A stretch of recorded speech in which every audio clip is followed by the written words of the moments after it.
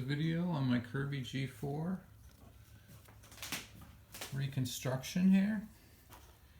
I just want to go over, I got my new impeller in there, got a new beater bar. I'm going to try to do this all in the video with one take, of course.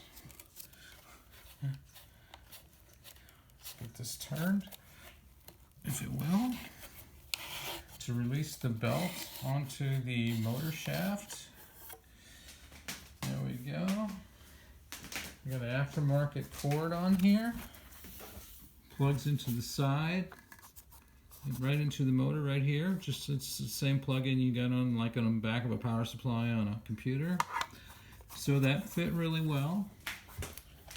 But here, there's a clip that holds the cord against the body of the vacuum cleaner. I had to trim the cord because it has a fixture on it, but it doesn't fit. I had to trim it, and there's a hole in the side of the chassis that when you trim it, you can make it fit in that hole, and this will hold this cord securely in place.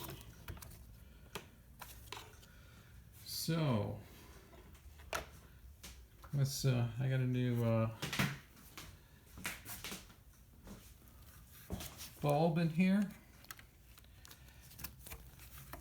The old one just shattered. Anyway, there's two screws here. This lens comes out, and you just simply slip a GM style light bulb in there.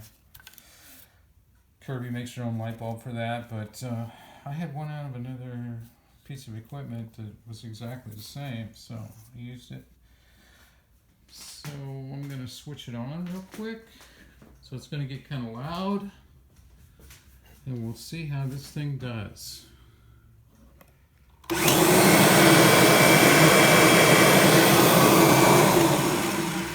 there you are.